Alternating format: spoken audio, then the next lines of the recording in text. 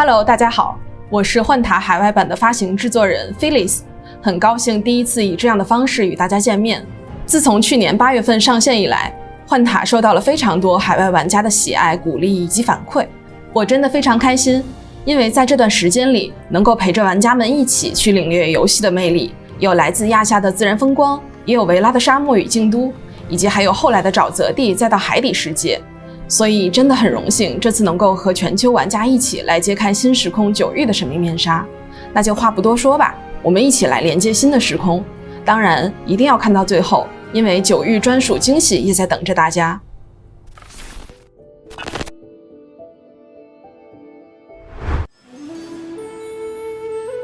Life and death are but two sides of the same coin.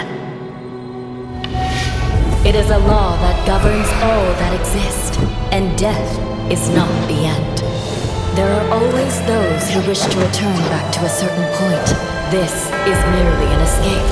While life is as fleeting as the falling autumn leaves, its brilliant crimson lights can illuminate the heavens. The protection of all that is here is my life's pursuit.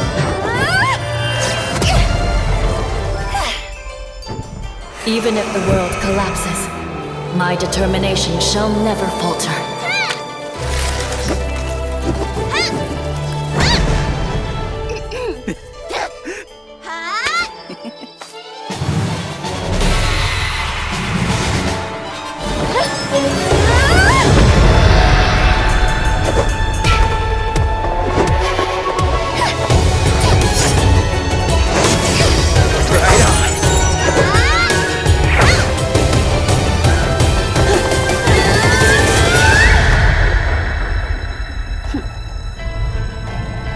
Death has made its move, and our paths shall diverge in the end.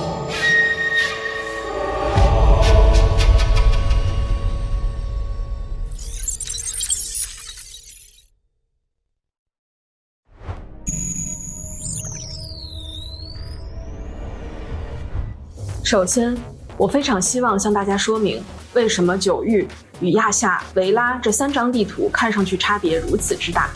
在我们的设计中，最开始是以灾变和科幻作为主题内核的，所以在设计每一张地图的时候，我们都希望去延伸这种以科幻作为底色的广阔地貌，以给到玩家独特的探索体验。比如维拉地图围绕着绿洲这个关键词，用科幻文明去突出与蛮荒沙漠的文明冲突，而因纳斯则是我们对于海底科技文明的一种幻想形态。所以九域本身寄托了我们对古典文明的缅怀，但又以先进科技运转的方式加以诠释。当大家进入九域，会观察到所有的故事内容都会涌现出一批全新的名词和概念。当然，仔细观察之后，又可以发现大部分与之前的世界观中都有所对应。在之前相当长一段的时间里，九域是与外界相互隔绝的，里面的人无法走出来，外界也无从得知这个世界的存在。所以长期与世隔绝的环境中，九域演化出了一套属于自己的独特的文明体系。九域有着自己非常独特的文化和科技产物，比如10章科技。九域的人类虽然和我们熟悉的亚夏以及维拉人类同出一源，但整个九域世界的起源其实是非常特殊的，这也在一定程度上造就了他们的科技与文化的差异。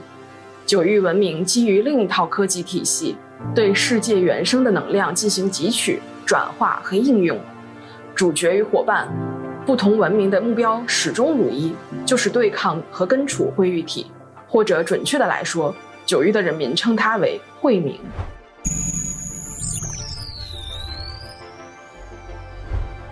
为了突出九域文明作为一种仪式文明的神秘感，我们在场景上大量使用了山体和环绕山体的建筑，来营造出域外仙境的感觉。也因此，在建筑设计的选型上，我们并没有一味陈设亭台楼阁、飞檐斗拱，而是选择了吊脚楼这种依山而建的中国民俗建筑作为参考对象，以更好地将其融入到山体之中。在物件细节上，玩家也可以发现很多具有历史感的体现，比如用于平稳气流辅助空中载具飞行的八卦风轮，还有像来自长城烽火台的遇能反应装置号轨。所有的这些都透露出我们在九域世界里对古典文明的致敬。诸如此类的案例还有很多，比如像士兵的穿着、多样的怪物，我们都非常期待玩家能在游戏内独立探索和发现更多的内容。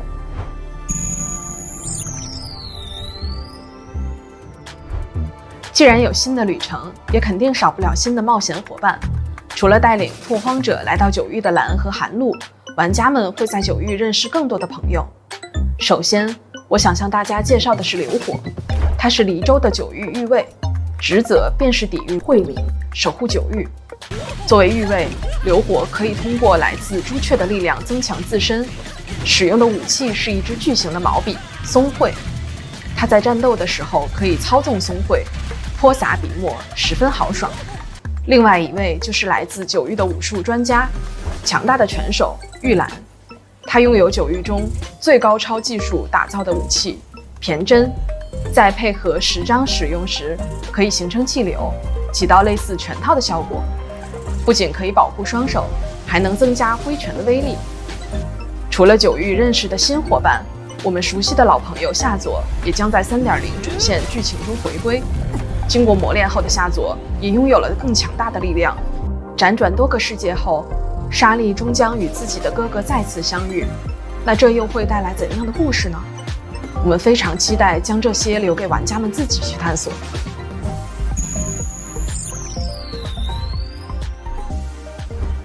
刚刚给大家介绍了非常多九域的设定，那么下面我们就来抢先体验一下。如之前介绍，九域是域外仙境，坐落于群山之间，因此也有着各种有趣的飞行交通工具用于山中穿行。那么今天的九域探秘之旅就从乘坐艇舟开始吧。顾名思义，艇舟是一种仿生蜻蜓飞行器。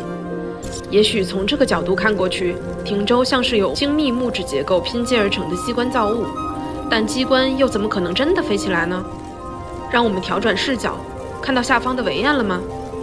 没错，艇舟本质依然是一种使用能源助推的高科技飞行器。还记得我最开始所说的吗？九域与维拉本身同宗同源，只是对能源进行了不同的运用与包装。大家可以在九域中随处可见这类元素。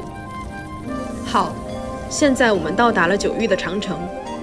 相比其他世界，九域人民更早就开始了与晦冥的系统对抗，因此也搭建了长城进行防御与策应。接下来就让我们穿过长城，看看尽头有什么吧。哦，对了，这么长的路程，靠步行未免太辛苦了。那趁这个机会，正好向大家演示一下九域的生物类坐骑吧。驯化獾的速度一点也不逊色于主世界的各种载具，并且奔跑也更有节奏感。可以看到，除了星罗棋布的群山之外，空中还有着许多浮空岛、舟船与大型阵列科技造物，似乎看上去一点也不突兀。或许这种文明与自然的融入感，也从侧面彰显了九域璀璨的科技文明与人文精神。九域探索与之前的地图相比有很大差别，通过收集域能、升级神像，既能提升探索能力，也能强化战斗能力。我们在九域也准备了很多全新设计的解谜点，在这里为大家简单展示其中最重要的一种——观星。通过观察朱雀神像所显示的星象，并在星空中定位，就可以将其激活。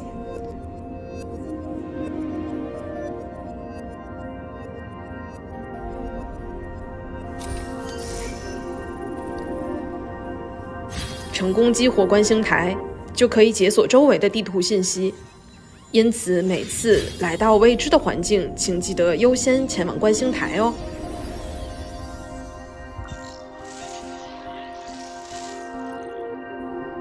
我们在九域中也增加了一些更加隐晦的谜题，但相信对于各位拓荒者来说也不会太难。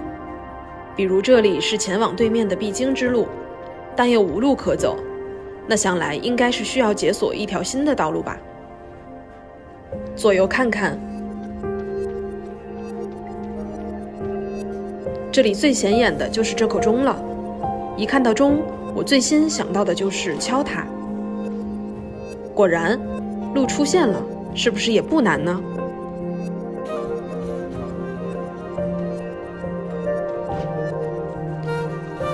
哎呀，不小心掉下去了。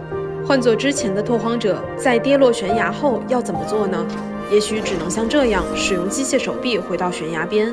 之前不管是攀爬还是使用喷气背包，想要快速回到山顶都会比较困难。而来到九域之后，只需要使用最新研发的急行旅，就可以在墙面上轻松奔跑。接下来我要去到一个战斗场所，给大家展示一下九域的新角色。那也正好展示一下另一种九域的飞行工具——朱雀之翼。这是一种需要升级神像后才能解锁的高级飞行器，相比停舟速度更快，也更加灵活。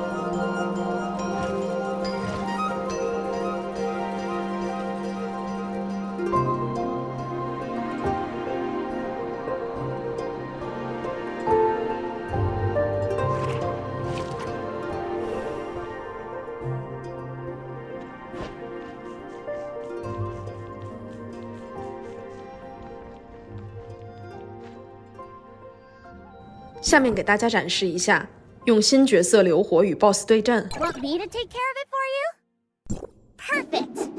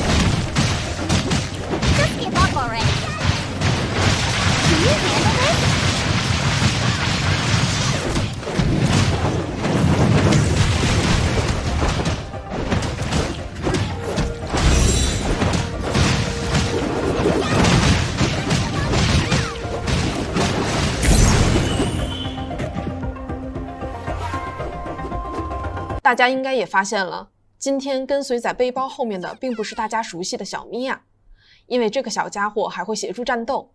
它就是九域最新的科技产品质谱。质谱不但可以帮助我们攻击敌人，还可以提供多种加成效果。这种效果可以通过配置不同的模组来自由搭配，以及质谱也可以拥有自己的名字。希望大家能够好好对待自己的质谱哦。其实本人还是更喜欢米娅一些。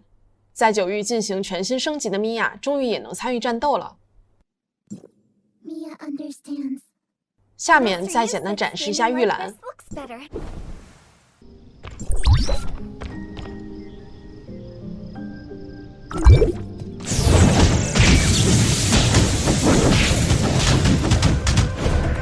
Swift End! There's no running from me! Hey, it's not over yet! Take this!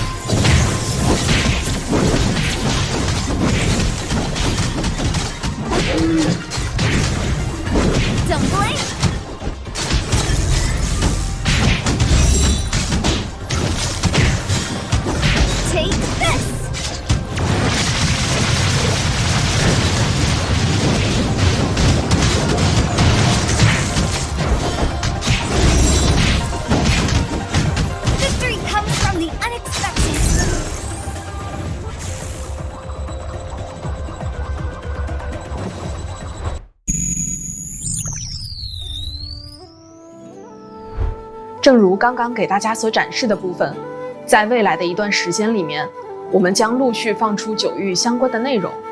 九域是目前规划最完整、规模最大的地图，大体会分为离、震、兑、坎4个州。这4个州的名字来源于八卦中4个卦象，也代表了不同的方位。在 3.0 的版本更新中，我们将会先开放离州，除了离州本身外，还会有类似海底洞的衍生地块。同时，为了让版本体验内容更加丰富饱满，我们在此次会上线非常丰富的活动内容。配合九域地图开启，大家参与到云海会苍梧系列主题活动，就可以获得米娅的东方侍女皮肤包包米娅。仙踪云影活动可以帮助大家更好地进行离州的世界探索。在活动中完成指定的收集探索目标后，大家可以选择兑换自己喜欢的质谱，并获得赤盒等资源奖励。另外，在 3.0 的下半段，我们将会开放第1轮夏日季活动，大家关注多时的孤蓝夏日皮肤也将可以在活动中免费获得。关于大家都比较关心的版本更新与卡池上新的问题，我们也借此机会想向大家再次做出补充说明。近期海外伊纳斯版本更新后，让大家普遍感受到了卡池更新速度偏快的问题，主要原因是由于伊纳斯版本整体内容量较少，导致版本本身的持续时间偏短。而同时，我们又不得不争取在九域版本上线前，让所有原属于上一个时空的角色与大家完成见面，并保证九域版本上线后新的角色能跟大家及时见面，才造成了这种体验问题。但在这种调整下，当实际更新时，我们发现了有非常多玩家反馈感受到了不好的体验与付费压力，我们也意识到了这点存在非常大的问题。对此我感到非常抱歉。从 2.5 版本开始，我们已经降低了卡池更新速度，在 3.0 版本中，我们也会保持每3周推出一个新角色，以避免出现类似的问题。首先，我们非常希望在未来的版本中能够给大家提供更多丰富的游戏玩法体验。这意味着我们会对上线已久、玩家可能已经产生厌烦的玩法进行改造换新。例如，在 3.0 版本中，虫洞将会升级到 2.0 版本，开启新关卡并加入更多随机元素，让关卡的体验更贴近 roguelite。 后续版本也会考虑拓展讨伐作战和边境战区的玩法内容，非常欢迎大家在未来通过问卷或者社群等形式为我们提供更多的反馈建议。同时，结合过往反馈，我们深知大家对于多人玩法的期待，因此未来版本也会重点去开发新的多人 PVE 玩法，比如工会挑战也许会是大家期待的方向。除了玩法体验的优化，我们也希望能够持续优化玩家们游戏的环境。为了优化现有服务器的生态，我们进行了持续的合服计划。在 3.0 版本到来前，我们已经完成了2轮合服。后续我们也会继续关注服务器生态变化，并根据已有计划进行不定期合服，尽力给大家带来更好的体验。同时，新手用户以及老用户体验优化也仍旧是我们关注的重点。我们在 3.0 版本中会新增协力系统，新增新手聊天频道，玩家可以寻找导师或者招收徒弟，一起成长，获得丰厚奖励。九域版本也新增了很多福利活动，帮助新玩家更好地跟上其他好友或者同副玩家的进步。最后，想简单聊下体验细节优化。一直以来，我们深知有非常多游戏体验细节仍旧无法满足大家，比如玩家们很关心的世界等级回退功能、匹配问题、地图优化、手柄体验等。所有的这些，我们都会在 3.0 版本中进行优化，并将其上线。不知不觉和大家说了这么多，最后还是想借着这个机会向全球拓荒者表达感谢。感谢大家一直以来对幻塔的喜爱和包容。我们也非常清楚，游戏目前还有不少待优化的地方。在未来，我们也会一直坚持倾听玩家的意见，对游戏持续进行更加细致的打磨。我们也会继续努力，不断为玩家们带来更多新内容和更好的体验。